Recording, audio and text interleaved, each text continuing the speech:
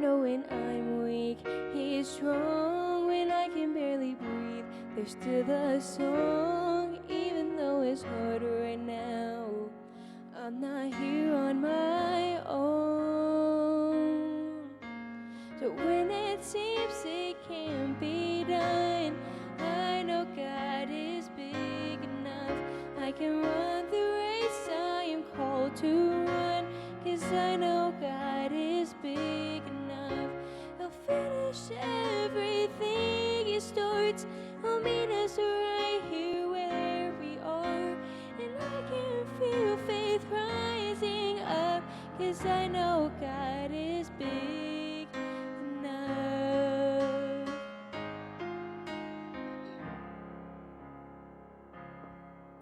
On the days that the shadows of doubt make me feel small, I'll declare that I don't stand in my strength at all. 'Cause I won't live a day you didn't plan. Every single moment is in your hands. Even if the whole world shakes, you're the rock on which I stand. So when it seems it can't be done, I know God is big enough. I can run the race I am called to run, 'cause I know God is big enough. He'll finish everything He starts. He'll meet us right here where we are. And I can feel faith rising up, 'cause I know God is big enough. Bigger than the fear that surrounds me, bigger than the chains that have bound me, bigger than the story my past could tell, bigger than the weight of tomorrow, bigger than the hurt and the sorrow, bigger than the lies I've told myself. So when it seems it can't be done, I know God is big enough. I can run the race I am called to run, 'cause I know God is big enough. He'll finish everything He starts. He'll meet us right here where we are. And I can feel faith rising up, 'cause I know God is big enough. So when it seems it can't be done, I know God is big enough. I can run the race I am called to run, 'cause I know God is big enough. He'll finish everything He starts. He'll meet us right here where we are. And I can feel faith rising up, 'cause I know God is big enough. He's big enough.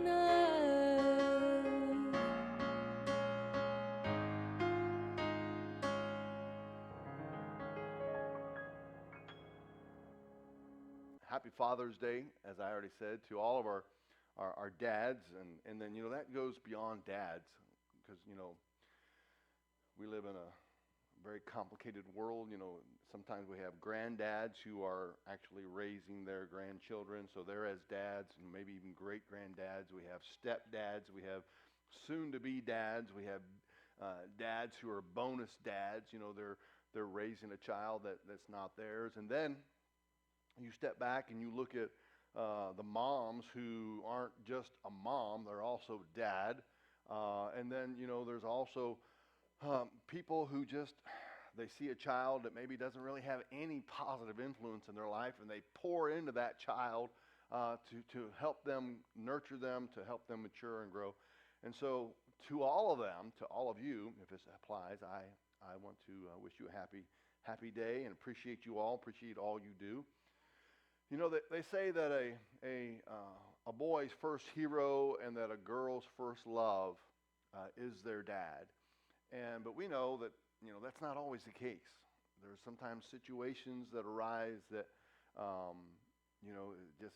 it just doesn't work out that way. And so I appreciate all the guys and the gals who are that positive role model for their child, or for even a child they did not father or conceive.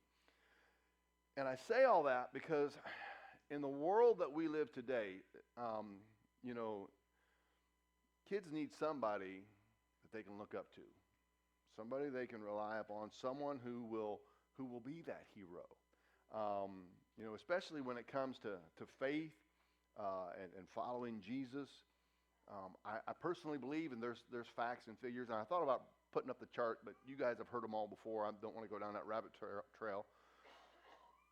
But kids need to see a man in their life who trusts God. They need that male influence, of a positive influence, and not just a good person, but somebody who has an active faith in God. And not to take away from the female's role, but there's just something about a kid with a male influence that will, you know, impress upon them the importance of following Jesus. You know, having that male influence is just, it's key.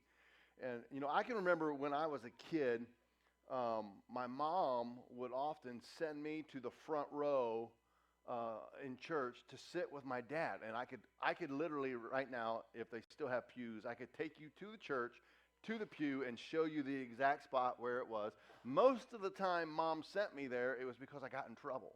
And that was kind of like her version of time out, you know, go sit with your dad. And so I'd go up and sit with my dad, and I can remember, I have a visual of this. It was like, I can remember, just like I'm almost seeing it. And mainly because a lot of times, every time I look at my hands, I see my dad's hands. But I can remember as a little kid, I'm talking 45 years ago, I mean, I'm 5, 6 years old, sitting there and looking at my dad's fingers and looking at his scratches and looking at his scars and just looking at his hands. And in my mind at the time, I thought, there is nobody stronger or tougher than my dad. He is the strongest, toughest guy in the world. He was my hero. No, he wasn't perfect. You know, that's, you know, not even a question, a debatable topic. But I saw him, and as I saw him, I saw the man that I wanted to be someday. You know, I pray and I hope that you here who are adults, you had a male figure in your life like that growing up. Maybe not even your biological father, but some father-like figure that you could look to, because kids need a hero. Because one day kids are growing up, and someday they will have somebody looking at them as their hero. Now, like I said, fast forward 45 plus years, I'm in a position where I can influence those around me, especially little ones, it seems like. And, you know, I believe, and I believe this wholeheartedly, that how we live, how we act, how we react to situations that we face could shape the lives of those young ones and those little ones that are around us all the time. You know, someone made comment about our daughter graduating in her class, and she had a huge class. There was whole 7 people in her graduating class. And they asked me to say the closing prayer at the graduation, and I've known most of these kids, I mean, 10 years or longer. And when I said a prayer, I said the prayer, I prayed over each one of them. And I prayed, you know, I thanked God for their qualities, and then I asked God to help them in the future. And they were like, someone made a comment, they said, man, it was like you know them kids. I was like, I do. I mean, I see these kids. I know these kids. I watched them grow up, you know. And so I have that connection. But wouldn't it be cool? Wouldn't it be cool if you go to a graduation party someday? Maybe somebody who has a very bright future, and they come up to you and they say, hey, I just want you to know you are my hero growing up. Thank you for being who and what you were. And you know, I just hope that someday I can be the same to somebody else as to what you were to me. You know, I think that would make it worth it, all the time you've spent pouring into that individual's life. And you know, I think it would be very satisfying to know that who and what you are every day, even though you don't think anybody's paying attention, has a positive influence in somebody else's life. Well, what would you say if I told you this morning I can tell you how to do that? Would you be interested in knowing how to be that hero? Now, if you are only interested in yourself, satisfying, pleasing yourself, this morning I'm not going to be able to help you. You feel free to tune out. Just kind of check out and do your own thing. If you're watching online, feel free to keep on scrolling. But if you are one of those who see the ones who are going to make up this next generation, and you wonder who's going to show them how to be the person they need to be someday, then you need to lean in and you need to listen just for the next few minutes. Yes, this is a Father's Day sermon, and I am directing it to the guys, but this is a truth really that applies to everybody, no matter who you are. And so basically, if you are actively engaged in anyone else's life, you need to hear what I'm about to say. Now, most kids, they look at their dad or their father figure as if they can do no wrong, regardless of who it is. And I've been a pastor for 25 plus years. I've been in ministry for 30 years. I've been a chaplain for almost 10 years in the police. And I've seen a lot of different home situations. And it never fails. The guy can be the most worthless human being alive that you can see because of just who and what they are. And a lot of times, if there's kids involved, you look at those kids and how they look at that individual, and he's their hero. I've seen it over and over and over again. Now, we know there's nobody perfect. I don't care how great or good a person is, how great a dad is. There's nobody perfect. We know that. But I think God allows kids to see the influential adults in their life in that way, to show them a picture of what he desires to be to them in their life. Does that make sense? God just, I think maybe he shields all the bad stuff that maybe in a person's life, shields all the imperfections, all the faults, and he just lets them see what he wants to be in their life. And I've seen it so many times. And that's why I think it's so important for each of us in our lives that we be the hero that the kids think you are. Be that one who your kids, or the kids around you, whether they're yours or not, think you are. That's what I want to talk to us about this morning. Now, when I think of heroes, my mind goes to the Bible. Some may think of sports figures. Others may think of, the superheroes in the comic books. But I like to think of Bible personality heroes. And these are people, I believe, that are real heroes, because when you read these accounts in their life, they face sometimes some of the hardest circumstances that you can imagine, and their faith is always unwavering. And even if their faith does kind of wobble a little bit, they come back, and generally they come back with even a stronger faith than what they had before. Well, today I want to look at someone, a particular Bible personality that I believe is a true hero, not just to his son, but to everyone who was around him, people who knew him. And you see, this guy that I'm talking about is a man who wasn't a father until he was an old man. I mean, he was an old dude. But he had little ones around him. He had different people in his life that he influenced. He had employees. And no doubt they all looked up to him. And I believe as they did, I'm certain that they saw a man who was their hero. Now, this guy that I'm talking about faced some of the hardest challenges and struggles that anyone has ever faced. Yet every time, these trials only made him stronger in his faith. So who is this guy? Maybe you've already figured it out. His name is Abraham. He lived about 4,000 years ago, but his faithfulness to God was so real and so big in his life that people all around the world, from all different walks of life, for the last 4,000 years, have known the name Abraham. How many in here, let's just take a poll real quick. How many in here, before I mentioned his name this morning, you had heard of the name Abraham? Can I see your hands? See, everybody here, pretty much, we've all heard of the name Abraham. That's influence, by the way. That's influence. Now, part of Abraham's life where I want to talk about this morning can be troubling.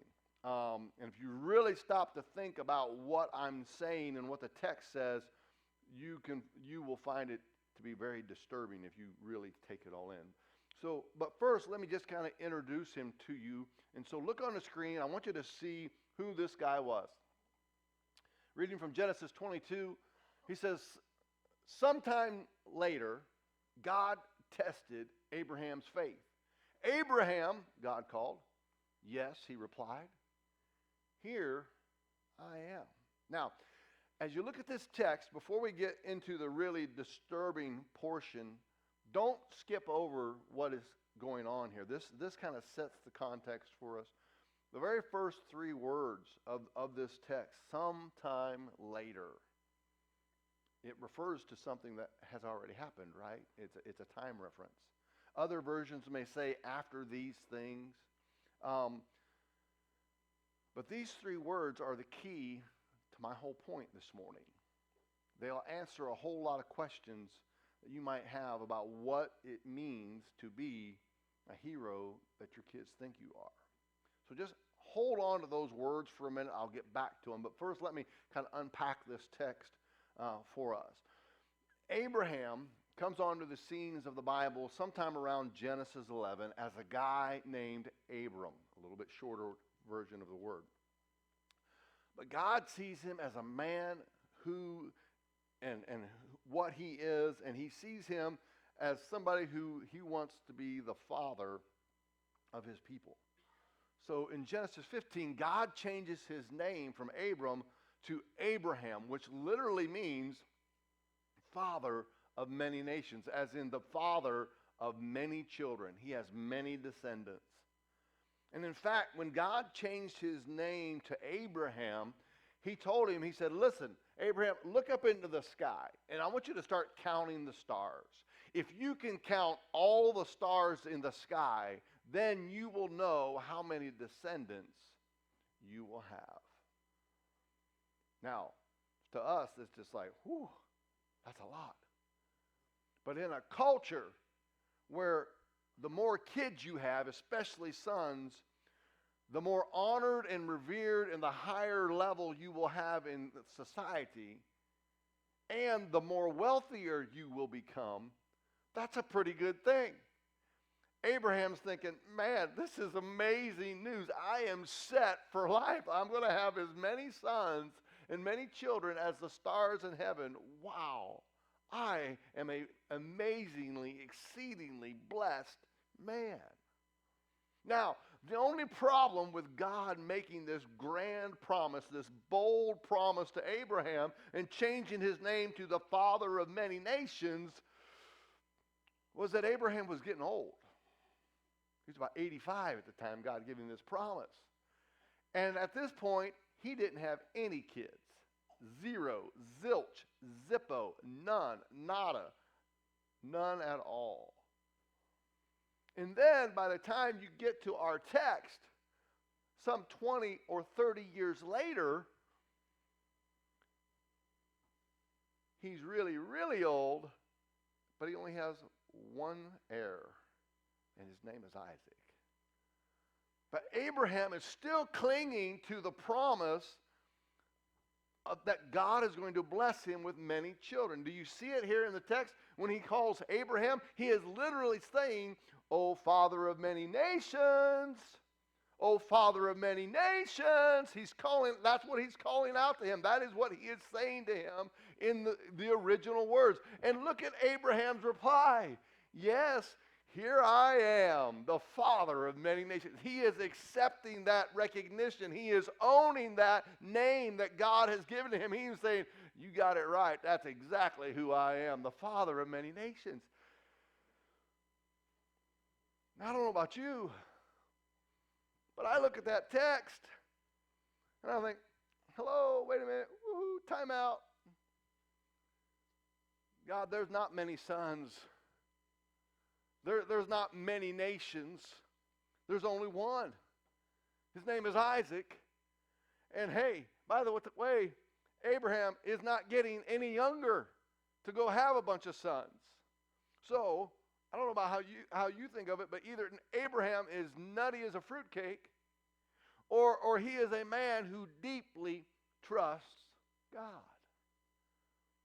That's what we're going to figure out as we work through this text. But here comes the disturbing portion. Don't click there just yet, Terry. Here's the part of the text that when you look at it, you'll think, okay, God, surely you didn't just say what I thought I heard you say.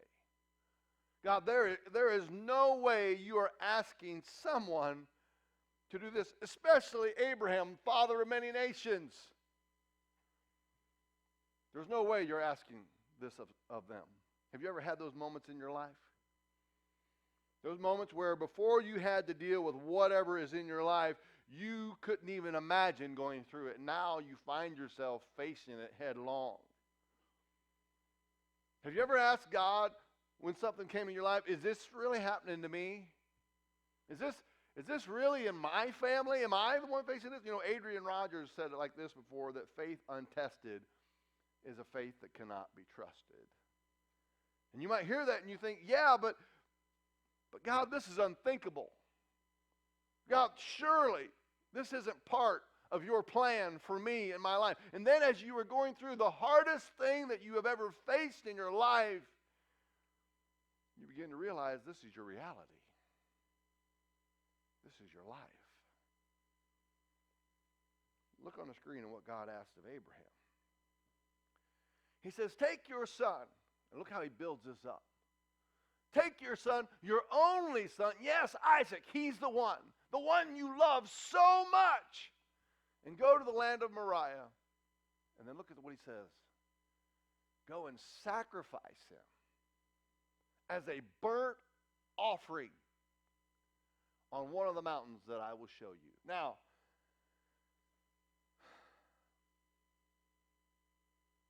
you look at that unthinkable request. Take your son, your only son, the one you love with all your heart, the one that you're so proud of, the one that caused you when I called out your name for you to stand up and say, that's right, that's who I am, the father of many nations. Take him and sacrifice him as a burnt offering. Now, listen. This command is so far removed from God's character and his outside of his nature that if you were reading this on your own, be honest, if you were reading this on your own, you'd probably have to stop and reread it several times. And you would probably be thinking, this is bizarre. For real? God is requesting and commanding a man who only has one son, who is supposed to be the father of many children, to go and sacrifice him as a burnt offering? Sacrifice him? Now, Abraham was fully aware of what God was asking him to do. At this time, men offered up sacrifices of burnt animals. They would take the first animal from their flock, the best animal of their flock, and they would offer that as a burnt sacrifice to God. There were pagans who lived in the land, and they actually had an idol named Moloch. It was really just an image made of bronze, a hollow image. They would build a fire in it, and the fire would burn up, and people would take their children and throw their children into the arms of this idol that was scalding hot, and it would burn their children to death. I mean, it was horrific. So he was fully aware of the sacrifice God was asking. He knew the cost. But what is crazy, when you begin reading over the following verses in Genesis 22 and you read down through the text, is that Abraham gets up the next morning, very early it says, and he goes and he takes Isaac and he gets some servants and they gather up some wood and a fire and they start heading out. He starts going to this place that God is going to show him, Moriah, wherever that's at. And what's really crazy is that when they get to the place where Abraham was told to take him, you remember Isaac at this time is about 15, 17, maybe 20 years old. And Abraham starts to prepare things for the sacrifice, he says, Isaac, come here. Come here, Isaac. And he takes a rope and he ties his hands and feet and begins to bind him like he would a sacrifice.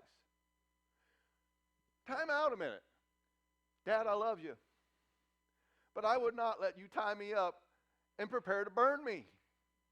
My dad and I had a conversation one time, it's not too long ago, and we were saying, I was telling him about something I was going to do, and Dad said, listen, he said, if you do that, I'll whip you. And I said, you know what, Dad? If you felt I needed a whipping, I'd let you whip me. I mean, I'm almost 50 years old at the time. But there's no way.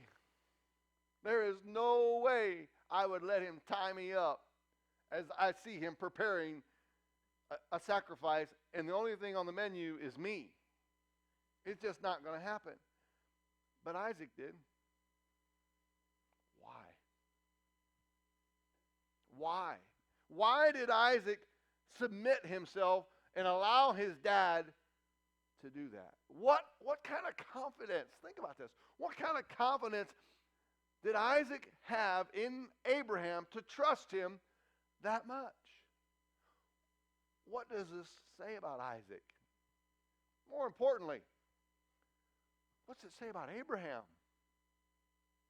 What does this say about Abraham the dad, Abraham the father, Abraham the servant of God? What kind of life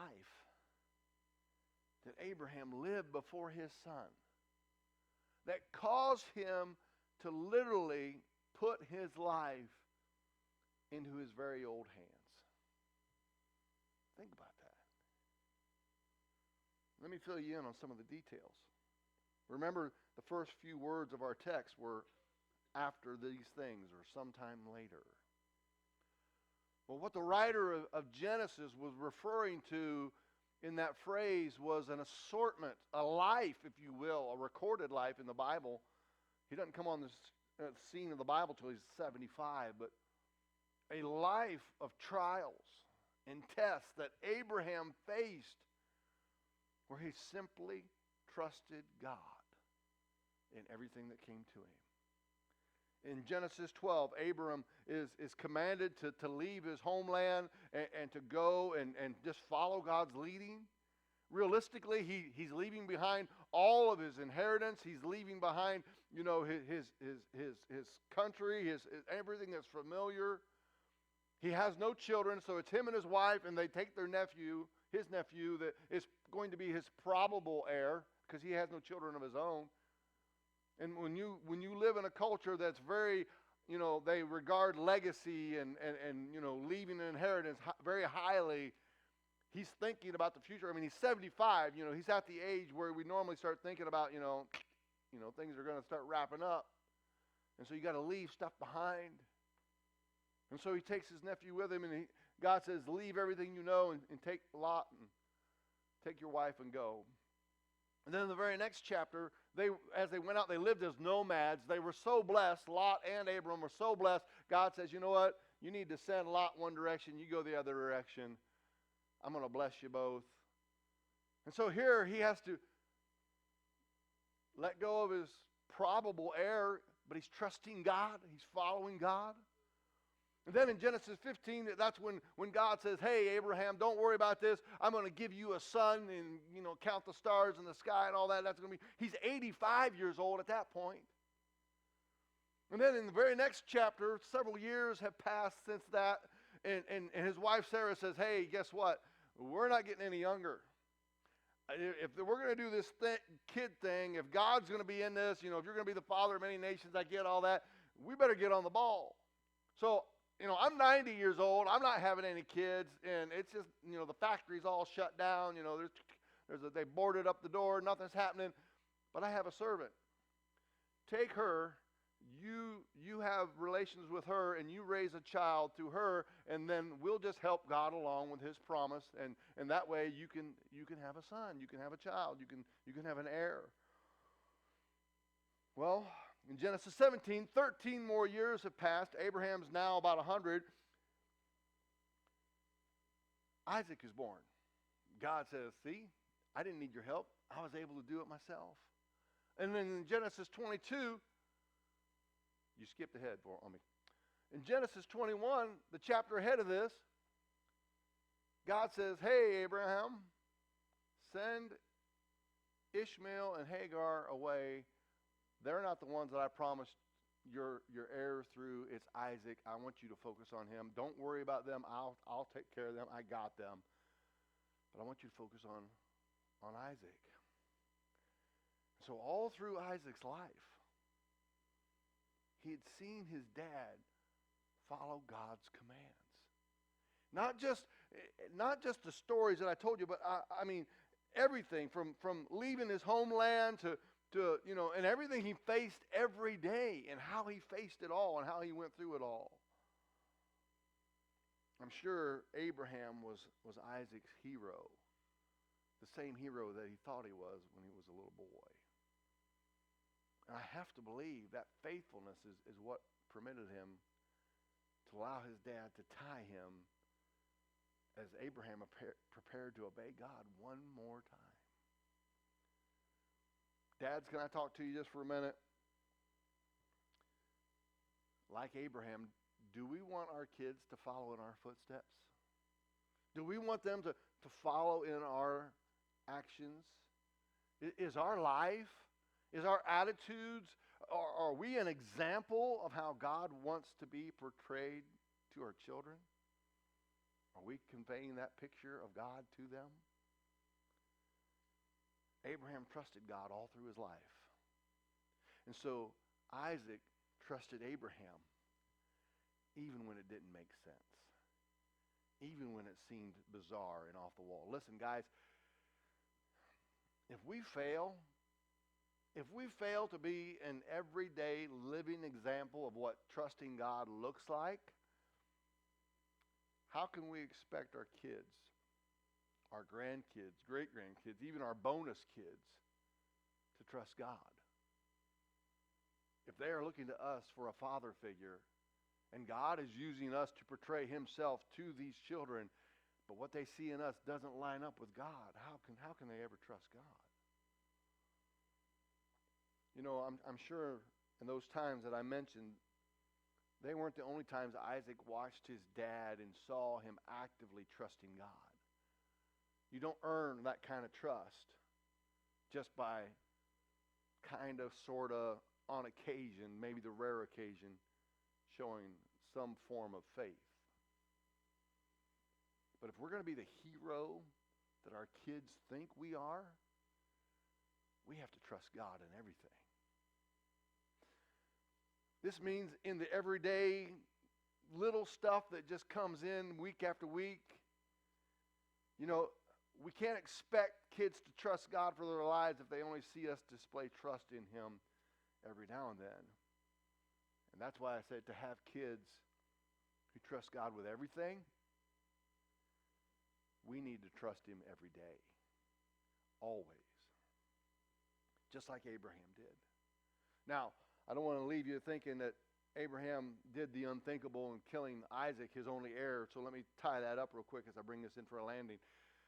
In the final verses of this narrative in Genesis 22, you'll see that God was testing Abraham's faith in him once again. He said that at the very beginning.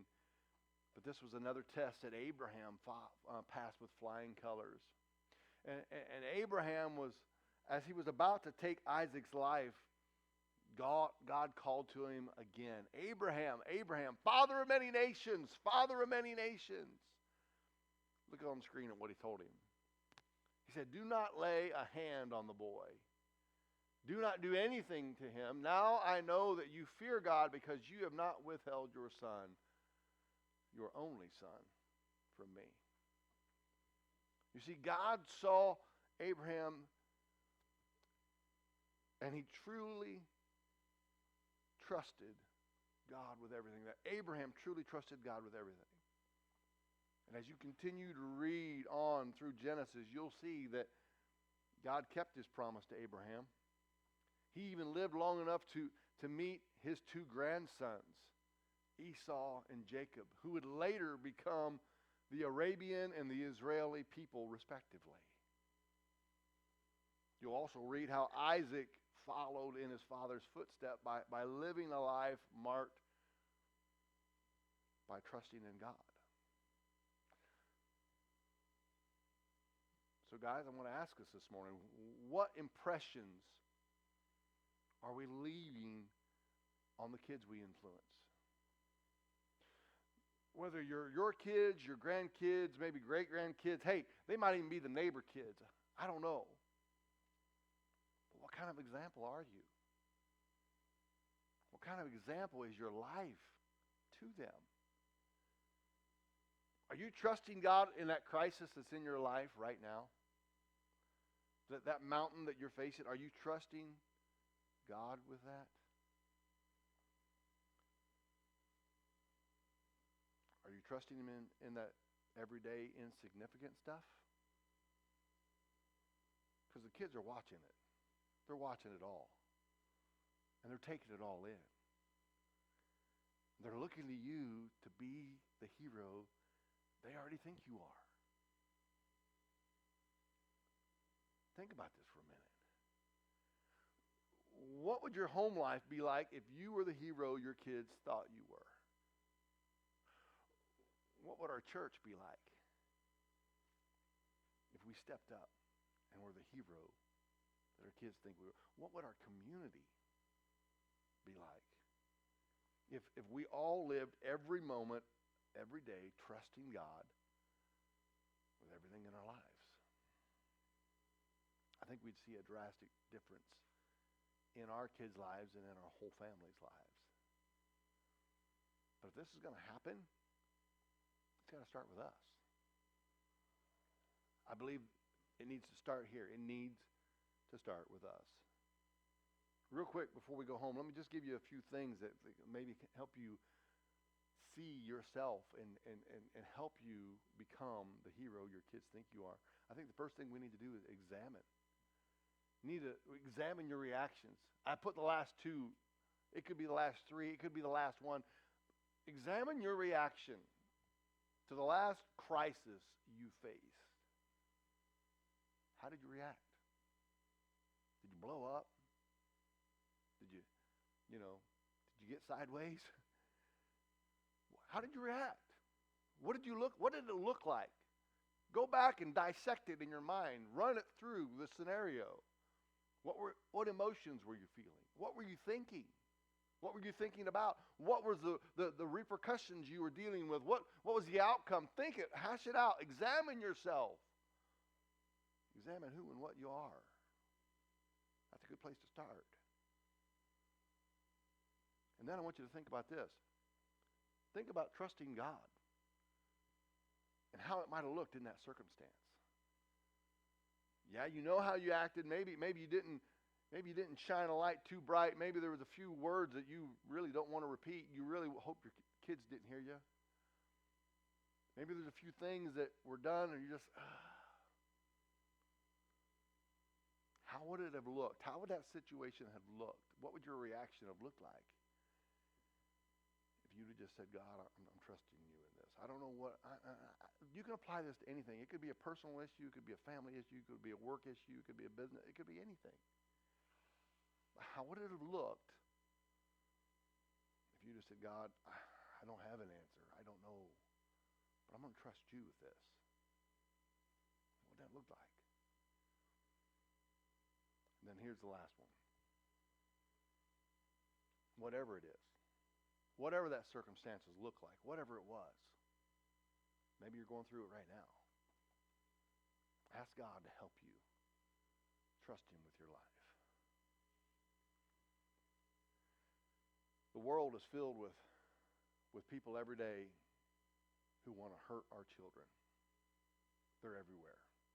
It's like they're coming out of the woodwork.